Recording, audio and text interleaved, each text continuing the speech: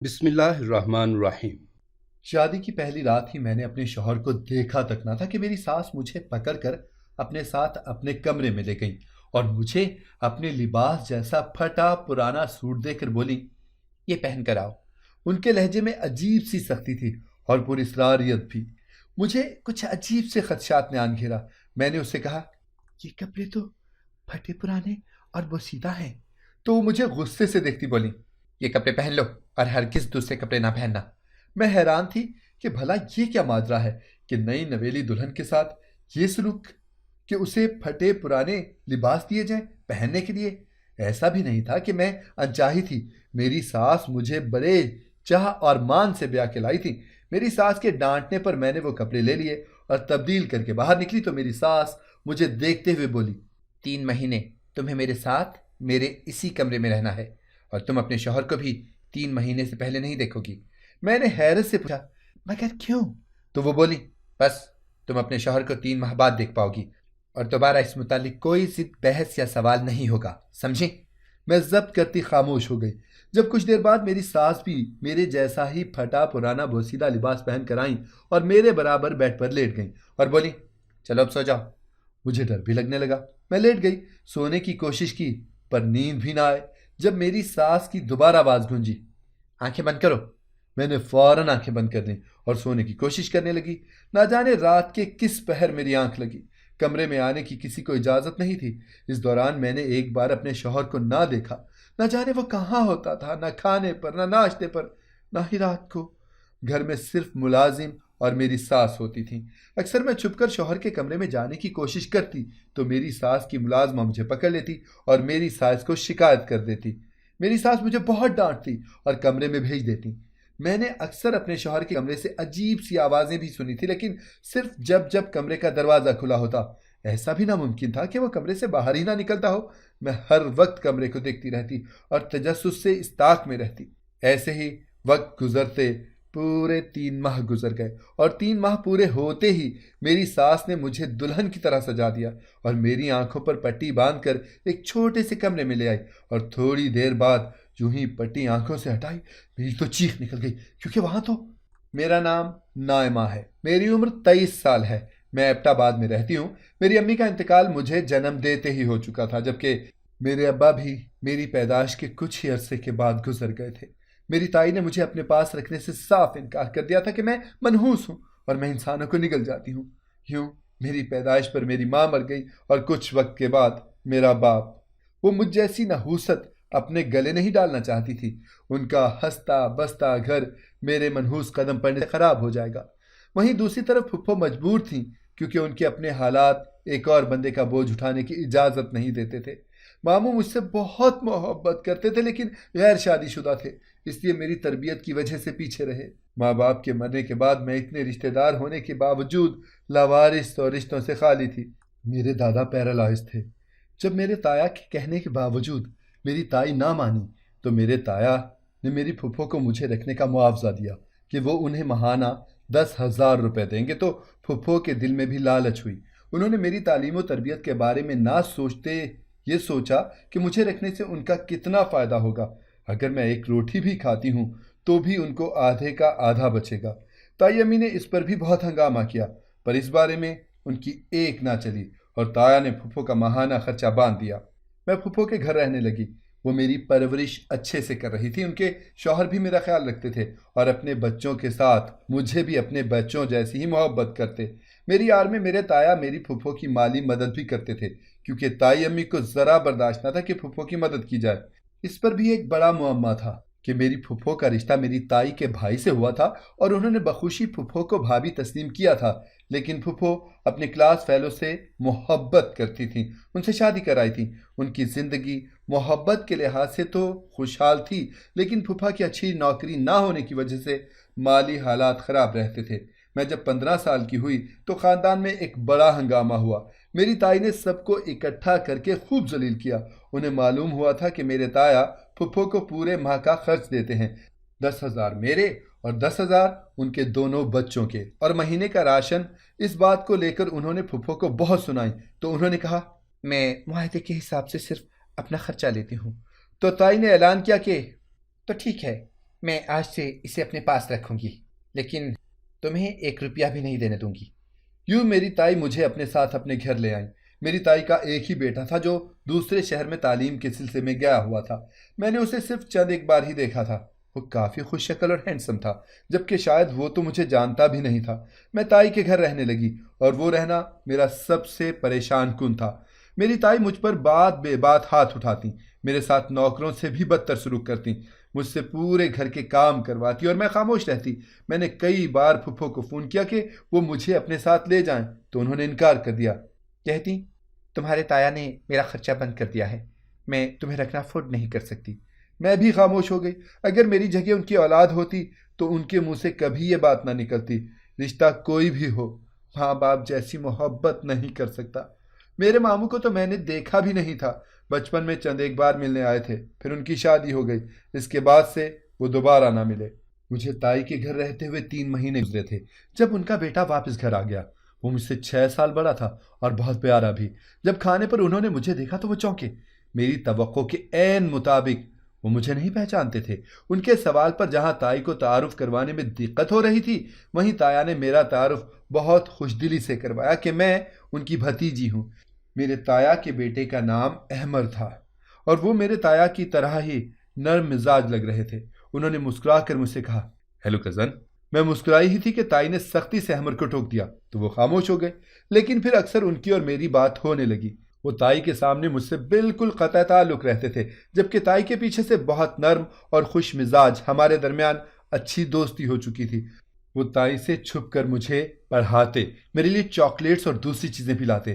ان سب کا علم تایا کو تھا، لیکن یہ دن بہت مختصر تھے۔ ان کی چھٹیاں ختم ہوئیں اور وہ واپس چلے گئے، لیکن جانے سے پہلے مجھ سے وعدہ کر گئے کہ وہ جلد واپس آئیں گے۔ لیکن آگے جو ہونے والا تھا اس کا میرے وہم و گمان میں بھی نہ تصور تھا کہ میں کس قیامت سے گزروں گی۔ میں خوش رہتی، تائی امی کی تلخ باتوں کو بھی ہنسی خوشی نظر انداز کر دیتی اور غیر ارادی طور پر احمد کا انتظار کرنے لگی۔ لیکن یہ انتظار طویل سے طویل تر ہو گیا اور وہ 6 ماہ کے بعد واپس لوٹے۔ میں نے ان سے ایک بات نہ کی، میں ان سے سخت خفا ہوئی تو وہ تائی سے چھپ کر میرے لیے کیک لائے، چاکلیٹس لائے، مجھے منایا اور بتایا میری پڑھائی بہت مشکل ہے۔ تو میں مان گئی۔ وہ 1 ماہ ہمارے ساتھ رہے، پھر واپس چلے گئے۔ ان کے جانے کے بعد پھپھو نے احمد کا رشتہ مانگا اپنی بیٹی کے لیے اور بتایا احمد بھی میری بیٹی کو پسند کرتا ہے۔ یہ سننے کے ساتھ ہی میرا دماغ پھٹنے لگا، کیونکہ میں انجانے میں ہی صحیح پر احمد کے متعلق سوچنے لگی تھی۔ میرے جذبات احمد کے لیے یکسر بدل گئے تھے اور میں یہی سمجھتی تھی کہ احمد کے دل میں بھی اسی طرح کے جذبات ہیں۔ پر آج پھپھو کی یہ بات سنتے میرا دل کئی ٹکڑوں میں تقسیم ہو گیا تھا۔ پھپھو کو تائی نے صاف انکار کر دیا۔ دیکھتے دیکھتے 2 سال پورے ہوئے اور احمد پڑھائی مکمل کر کے واپس آ گئے تو میرے لیے مختلف گفٹس بھی لائے۔ ان کا خیال تھا کہ میں ناراض ہوں گی، مگر میں بالکل نارمل رہی۔ ایسا کچھ نہ ہوا، جیسے مجھے ان کے دور جانے سے کوئی فرق نہ پڑا ہو۔ وہ حیران ضرور ہوئے تھے پر بولے کچھ نہیں۔ اصل جھٹکا انہیں تب لگا جب میں نے انہیں سب کے سامنے احمد بھائی کہا۔ میرے منہ سے بھائی سنتے وہ کئی لمحے مجھے بے یقینی سے دیکھتے رہے تھے، پر میں نظر انداز کر گئی۔ رات کو مجھے اکیلے لان میں دیکھ کر وہ میرے پاس آئے اور صاف پوچھا، تم نے مجھے بھائی کیوں کہا؟ میں نے بتایا، آپ مجھ سے بڑے ہیں اس لیے۔ تو وہ بول پڑے، بڑا تو میں پہلے بھی تھا۔ میں ان کی بات کو ٹال گئی۔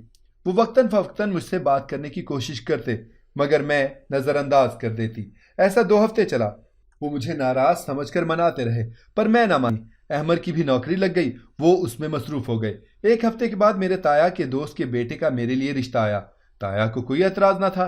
حیرت انگیز طور پر تائی بھی خوش تھیں کہ لڑکا اچھا کھاتا پیتا پڑھا لکھا تھا۔ جس دن رشتہ آیا اسی دن پکا ہو گیا۔ مجھے بہت رونا بھی آیا، پر میں خاموش رہی۔ لیکن یہ خاموشی تب ٹوٹی جب احمد کو اس رشتے کے متعلق پتہ چلا اور انہوں نے گھر والوں کو صاف کہہ دیا کہ وہ یہ رشتہ نہیں ہونے دیں گے۔ تائی کا دماغ اس طرف پہلی بار ٹھٹکا۔ انہوں نے احمد سے اختلاف کیا تو جو بات احمد نے کہی اسے سنتے میں پتھر ہو گئی۔ جب میری تائی پر تو گویا پہاڑ ہی ٹوٹ پڑے جب احمد نے کہا، میں اس سے شادی کرنا چاہتا ہوں۔ تائی نے احمد کو سخت لہجے میں جھڑک دیا، لیکن میں نے احمد کو پہلی بار تائی کے مقابل کھڑے ہوتے یوں بات کرتے دیکھا تھا کہ وہ تائی کے سامنے ڈٹے کھڑے تھے کہ وہ مجھ سے ہی شادی کرنا چاہتے ہیں۔ تایا خاموش تھے، جبکہ میری پھپھو جو محبت کا دم بھرتی تھی، جب انہیں معلوم ہوا کہ احمر مجھ سے شادی کرنا چاہتا ہے تو انہوں نے تائی کی چمچا گیری کرتے ہوئے میرے خلاف بہت باتیں کی، میرے خلاف زہر اگلا، مجھے بد کردار کہا اور نہ جانے کیسے کیسے الزامات بھی لگائے۔ ان کے الزامات کارآمد ہوئے جب تائی پھپھو کی لڑکی سے احمر کی شادی کرنے کے لیے رضامند ہو گئی، لیکن احمر اپنے موقف پر ڈٹے رہے کہ وہ میرے علاوہ کسی سے شادی نہیں کریں گے، اور پھر جیت احمر کی ہی ہوئی جب 1 ماہ کی چک چک اور بحث کے بعد تائی کو ہی رضامند ہونا پڑا۔ لیکن وہ اس شادی سے بالکل خوش نہیں تھیں، اور ان سے زیادہ ناخوش میری پھپھو تھیں جو احمر سے اپنی بیٹی کی شادی کرنا چاہتی تھیں۔ میرا نکاح احمر سے ہو گیا۔ رخصتی 6 ماہ کے بعد تھی۔ سب کچھ بہت اچھا ہو گیا تھا۔ میری تائی مجھے مخاطب بھی نہیں کرتی تھیں۔ احمر سے بھی سخت ناراض سارا دن اپنے کمرے میں بند رہتی۔ ہمارے نکاح کو 1 مہینہ ہی ہوا تھا جب ہمارے گھر پر قیامت گزر گئی۔ احمر اپنے دوستوں کے ساتھ گاؤں گئے تھے اور ان کی گاڑی کا بہت برا ایکسیڈنٹ ہوا۔ ان کی باڈی خاک ہو گئی تھی۔ یہ قیامت تھی، میری زندگی کی بدترین پہلو کھولا تھا میری زندگی کا کہ میرے اندر سانس لینے تک کی ہمت نہ رہی تھی۔ یہ قیامت جو مجھ پر گزری تھی اسے کسی نے نہ سمجھا تھا۔ جنازے کے وقت ہی میری پھپھو نے واویلا مچایا کہ یہ منحوس ہے، اس کی منحوسیت ہی احمر کو کھا گئی ہے۔ مجھے غم میں اپنا ہوش تک نہ تھا، اور میری پھپھو، سگی پھپھو، مجھ پر بہتان لگا رہی تھی۔ میری تائی جو بیٹے کا غم برداشت نہ کرتے ہوش و خروش سے بیگانہ ہو چکی تھی، ہوش میں آتے ہی مجھے دھکے دے کر گھر سے نکالنے لگیں۔ تایا نے روکنا چاہا پر روک نہ سکے۔ میرے ماموں جو غم میں شریک ہونے کے لیے آئے تھے وہ یہ سب دیکھ کر تڑپ گئے۔ سالوں بعد ان کی مامتا تڑپی اور وہ مجھے اپنے ساتھ لے گئے۔ میرے لیے احمر کا غم ہی اتنا بڑا تھا، اس پر سب کے ستم۔ مجھے اپنی ذات اب واقعی منحوس لگنے لگی تھی۔ میرے ماموں میرے ساتھ ٹھیک تھے، جبکہ میری مامی کا رویہ میرے ساتھ سرد۔ اپنے غموں کو جھیلتے میں پھر مامی کے گھر کی ملازمہ بن گئی۔ میرے کام کاج دیکھ کر مامی کچھ بہتر ہوئیں۔ پھر ایک دن مامی کی پڑوسن آئی اور میرے متعلق پوچھا تو میری مامی نے انہیں بتایا، یہ یتیم اور مسکین بچی ہے، میرے شوہر کی مرحوم بہن کی بیٹی ہے۔ انہوں نے میری مامی سے میرے رشتے کے متعلق دریافت کیا تو میری مامی صاف مکر گئیں اور بولی کہ میں کنواری ہوں۔ انہوں نے میرے نکاح کی بات یکسر چھپا لی۔ میں نے مامی سے سوال کیا، آپ نے میرے نکاح کے بارے میں کیوں چھپایا؟ تو وہ غصہ ہو گئیں اور جھڑکتی ہوئی بولی، تو کیا ساری عمر تمہیں اپنے گھر پر رکھوں اور بی بی حسن کا اچار نہیں ڈالنا؟ ویسے بنا جہیز کے کوئی لڑکی نہیں لیتا، اس پر اگر پہلے سے شادی کا ٹھپا ہو تو ہو گئی تمہاری رخصتی۔ میری مامی کی باتیں سن کر میں چونک گئی۔ یعنی میری مامی ماموں پر میرا بوجھ اس قدر بڑھ چکا تھا کہ وہ مجھے رخصت کرنا چاہتے تھے، جبکہ مجھے آئے ابھی مہینہ بھی نہ ہوا تھا۔ کچھ دن گزرے جب وہ پڑوسن واپس آئی اور میری مامی سے باتیں کرنے لگی۔ وہاں سے گزرتے مجھے گمان ہوا جیسے ان کے درمیان گفتگو کا موضوع میری ذات ہے، لیکن میں نظر انداز کر کے اندر چلی گئی۔ اپنی برائیاں تو میں بچپن سے ہی سنتی آ رہی تھی، اب فرق نہیں پڑتا تھا، لیکن اصل حیرت کا جھٹکا مجھے جب لگا جب اگلے ہی دن میری مامی کا رویہ میرے ساتھ شینی ہو گیا۔ وہ مجھ سے بہت مٹھاس سے بات کرنے لگیں۔ میرے ماموں کا رویہ تو میرے ساتھ ویسے بھی ٹھیک ہی تھا، اب مامی کا بھی اچھا ہو گیا تھا۔ وہ کام کاج بھی زیادہ نہیں کرواتی اور باقاعدگی سے میرا ہاتھ بٹاتی۔ پھر ایک روز آئیں اور مجھ سے معافی مانگی اور بولی، میں بہت بری ہوں، میں نے یتیم اور مسکین بچی کے ساتھ بہت برا سلوک کیا، لیکن ایسا میں نے جان بوجھ کے کیا۔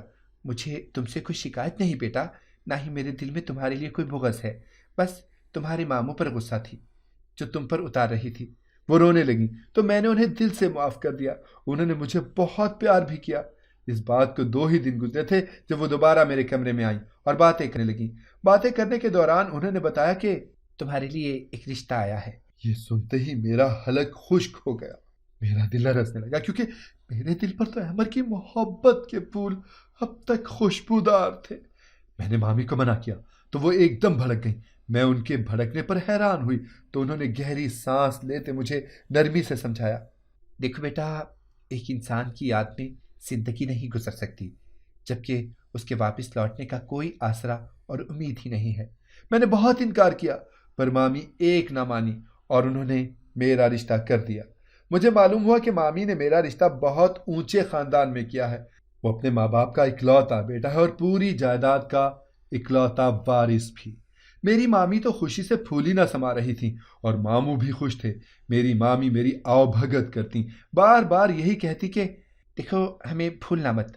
اور اس بھولنے کے پیچھے ان کے مقصد سے میں بخوبی واقف تھی۔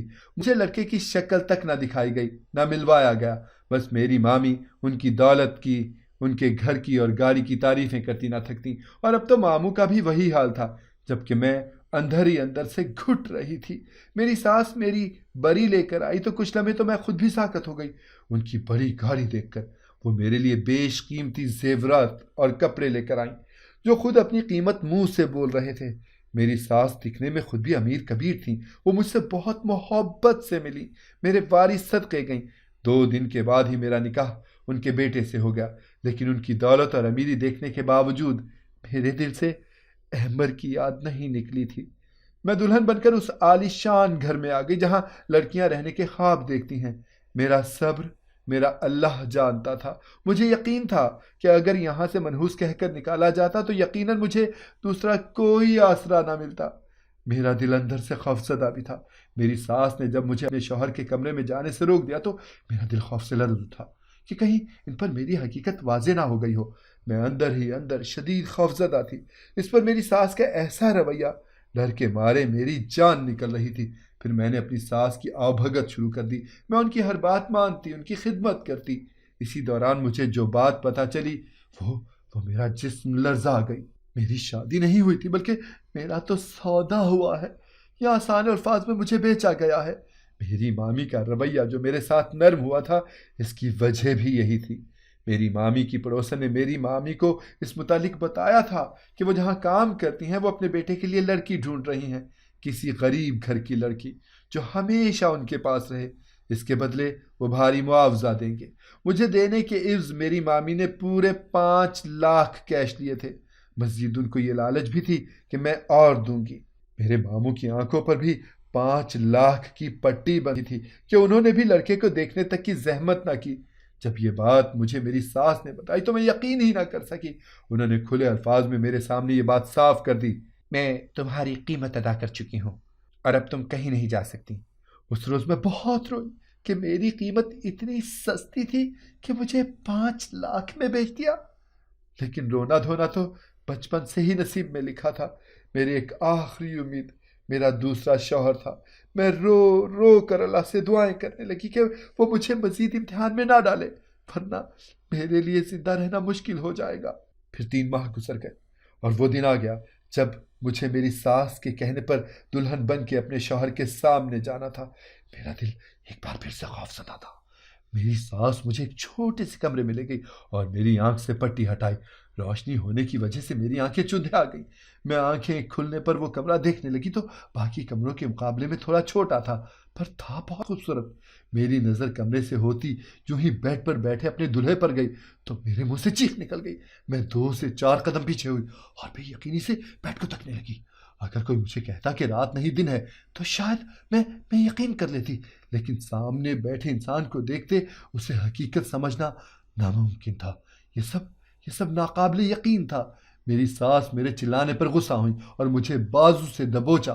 میں ہوش کی دنیا میں لوٹی اور ساس کو دیکھتے واپس حیرت سے بیڈ پر بیٹھے وجود کو دیکھا تو وہ بچوں کی طرح رو رہا تھا، مجھ سے میری چیخ سے ڈر کر۔ یہ میرے لیے دوسرا جھٹکا تھا۔ میرے قدم بے ساختہ لڑکھائے۔ میری ساس غصے سے غرائیں اور بولی، اگر تم چلائیں یا تمہاری طرف سے میرے بیٹے کو کوئی بھی تکلیف ہوئی تو میں تمہیں زندان میں بند کر دوں گی اور تمہارے مرنے تک تمہیں وہاں سے کوئی نہیں نکالے گا۔ میری ساس نے جھٹکے سے میرا بازو چھوڑا۔ میری آنکھیں آنسوں سے بھر گئی۔ میری ساس آگے بڑھی اور میرے دلہے کو گلے لگاتے اسے پچکارتے چپ کروانے لگی۔ پھر نہ جانے اس سے کیا کہا کہ وہ ایک دم خوش ہوتے مسکرانے لگا۔ میری ساس نے مجھے کمرے سے نکلنے سے پہلے بھی وارننگ دی، اگر میرے بیٹے کو تکلیف ہوئی تو میں تمہیں بہت بری سزا دوں گی۔ یہ کہتے ساتھ وہ کمرے سے باہر نکل گئی اور باہر سے دروازہ لاک کر دیا۔ میری نظر ایک بار پھر بیڈ پر گئی اور بیڈ پر موجود اپنے دلہے کو دیکھتے میرا دل ایک بار پھر درد سے پھٹنے لگا۔ میں وہیں زمین پر بیٹھ گئی، زار و قطار رونے لگی۔ تو میرا دلہا بیڈ سے اٹھتے فوراً میرے پاس آ گیا اور بچوں کی طرح مجھے چپ کروانے لگا، میرے رونے کی وجہ پوچھنے لگا، اور اس کا یہ حال دیکھتے میں مزید شدت سے روتے اس کے سینے سے لگے، کیونکہ وہ کوئی اور نہیں، میرا احمر ہی تھا۔ وہ بچوں کی طرح میرے بال سہلاتے مجھے چپ کروا رہا تھا۔ وہ مجھے پہچانا نہیں تھا، اس کا نام تو میری ساس نے مبین بتایا تھا۔ کیا اتفاق تھا کہ اللہ نے دوسرا شوہر بھی مجھے احمر کی شکل کا ہی دیا تھا۔ مجھے اس بات کا اندازہ ہوا کہ وہ ذہنی طور پر بیمار ہے۔ وہ بچوں جیسی باتیں کر رہا تھا۔ مجھے روتا دیکھ کر وہ بھی رونے لگا۔ میں نے اس کے آنسو پوچھے اور وہ مجھ سے باتیں کرنے لگا، بالکل ایسے جیسے 10 سال کا بچہ بات کرتا ہے، اور پھر چینج کر کے سو گیا۔ یہ پہیلی اب میری ساس ہی سلجھا سکتی تھی کہ وہ احمر تھے یا احمر کے ہم شکل۔ رات گزری تو صبح میری ساس کمرے میں آئی، آ کر احمر کو پیار کیا اور ایک نظر مجھے دیکھتے باہر آنے کا اشارہ کیا۔ میں باہر گئی تو انہوں نے مجھ سے رات کی بابت پوچھا تو میں نے انہیں سنجیدگی سے دیکھا اور پوچھا، ان کا اصل نام احمر ہے نا؟ میرا یہ پوچھنا تھا کہ میری ساس کا تو رنگ ہی سفید پڑ گیا۔ وہ بے یقینی اور حیرت سے مجھے دیکھنے لگیں۔ گھبراہٹ ان کے چہرے سے صاف آیا تھی، اور پھر وہ ایک دم غصے سے بولی، اس کا نام مبین ہی ہے۔ کون ہے احمر؟ تم کس کی بات کر رہی ہو؟ انہوں نے مجھے خاموش کروانے کے لیے غصے کا سہارا لیا، لیکن ان کی گھبراہٹ مجھے صحیح ہونے کا احساس دلا چکی تھی۔ میں دل ہی دل میں احمر کی سلامتی پر اللہ سے شکر کرنے لگی تھی۔ میں نے اپنی ساس سے کہا، وہ احمر ہی ہیں، مبین نہیں۔ تو میری ساس چلانے لگیں اور بولیں، کس احمر کی بات کر رہی ہو؟ وہ کوئی احمر وحمر نہیں ہے، وہ مبین ہے، میرا بیٹا مبین۔ بولتے بولتے ان کی آنکھیں آنسوں سے بھر گئیں۔ میں ایک دم چپ ہو گئی۔ وہ چلانے لگیں، مبین ہے، وہ میرا بیٹا مبین ہے، کوئی احمر نہیں ہے۔ تب میں نے بھی ان سے روتے ہوئے کہا، وہ احمر ہیں، میرے شوہر احمر، میری پہلی محبت احمر۔ میری بات سنتے ہی وہ سکتے میں آ گئی اور بے یقینی سے مجھے دیکھنے لگی، تو میں سب کچھ انہیں بتاتی چلی گئی۔ میری مکمل بات سنتے وہ بالکل سن ہو گئیں۔ جب میں نے انہیں واپس کہا، آپ پلیز مجھے سچ بتا دیں، میں بہت اذیتیں جھیل کر آئی ہوں، اب مزید ہمت نہیں ہے مجھ میں۔ میرا کہنا تھا کہ میری ساس ہاتھوں میں چہرہ چھپاتے رونے لگی، اور انہوں نے مجھے بتانا شروع کیا، جسے سنتے میں پتھر ہو گئی۔ انہوں نے بتایا کہ احمر اور میرا بیٹا مبین بچپن کے دوست ہیں۔ احمر اپنے ماں باپ کے جھگڑوں سے پریشان اکثر یہی رہتا تھا۔ پھر وہ دونوں پڑھنے کے لیے بھی ایک ساتھ ہی دوسرے شہر گئے تھے۔ ایک دوسرے کے لیے ان کی محبت بھائیوں جیسی تھی۔ میں خود بھی احمر کے ساتھ اپنے بیٹوں جیسی ہی محبت کرتی تھی۔ پھر ایک دن میرے بیٹے نے بتایا کہ وہ کسی کام سے جا رہے ہیں، لیکن وہ کہتے کہتے پھر سے رو پڑی۔ لیکن پھر ایک بہت بھیانک حادثہ ہوا۔ جس گاڑی میں احمر اور مبین تھے، اس کا ایکسیڈنٹ ہو گیا۔ وہ گاڑی احمر کی تھی جس میں میرا بیٹا جل کر خاک ہو گیا۔ اس کی خبر مجھے 2 دن کے بعد ملی۔ جب ندی میں سے ایک ادھمرا لڑکا نکلا، اسے ہاسپٹل پہنچایا تو اس کے پرس سے جو ID کارڈ اور پرس نکلا وہ مبین کا تھا۔ میں ہاسپٹل گئی، لیکن جب وہاں مبین کی جگہ احمر کو دیکھا تو میرا تو کلیجہ ہی کٹ گیا۔ میں نے احمر کے گھر والوں کو بتانے کے لیے فون کیا تو جو معلوم ہوا اسے سنتے میں کئی دن تک اپنے ہوش بحال نہ کر سکی کہ وہ احمر کی تدفین کر چکے ہیں۔ احمر تو ہاسپٹل میں تھا، تو جس کی تدفین انہوں نے کی، جس کی جان گئی، وہ تو میرا بیٹا تھا۔ اس پر قیامت گزری تھی۔ میرے پاس کوئی رشتہ نہیں بچا تھا، نہ جینے کا مقصد۔ میں احمر کی اطلاع اس کے گھر والوں کو دینے والی تھی جب ڈاکٹر نے بتایا کہ احمر کو ہوش آ گیا ہے، پر اس کا دماغی توازن بگڑ گیا ہے چوٹ لگنے کے باعث۔ میرا دل اچانک سکڑ گیا۔ مجھے احمر میں اپنا مبین نظر آنے لگا۔ اس نے بھی اچانک مجھے امی کہہ کر پکارا تو میں خود غرض ہو گئی۔ اپنی ممتا کے آگے احمر کی سگی ماں کی ممتا کو فراموش کر بیٹھی۔ میں نے ملک کے اچھے ترین اور بہترین ڈاکٹر سے احمر کا علاج شروع کروایا، لیکن کوئی فائدہ نہ ہوا۔ میں نے بہت منتیں مانگی۔ جب مجھے میری دوست ایک درویش کے پاس لے گئی، اس نے بتایا کہ اگر میں احمر کی شادی کر دوں اور اس کی بیوی کو 3 ماہ اس سے الگ ہر رات ایک درویش کی طرح ہی رکھوں تو احمر کو اس کے بعد ہوش آ جائے گا۔ میں نے ایسا ہی کیا، تم سے احمر کا نکاح کیا اور تمہیں وہ سیدھا کپڑے پہنائے، ساتھ خود بھی پہنے تاکہ تمہیں برا محسوس نہ ہو۔ ڈاکٹر نے بھی صرف کیئر کا کہا تھا۔ وہ بتا رہی تھی جبکہ میری آنکھوں سے اشک جاری تھے۔ دل سجدہ شکر کے لیے تڑپ رہا تھا۔ میں نے اپنی ساس سے وعدہ کیا، جب تک احمر ٹھیک نہیں ہوتے میں کسی کو کچھ نہیں بتاؤں گی، ورنہ تایا اور تائی احمر کو پھر مجھ سے الگ کر دیں گے۔ میں کسی کو کچھ نہیں بتاؤں گی۔ آپ پریشان نہیں ہو۔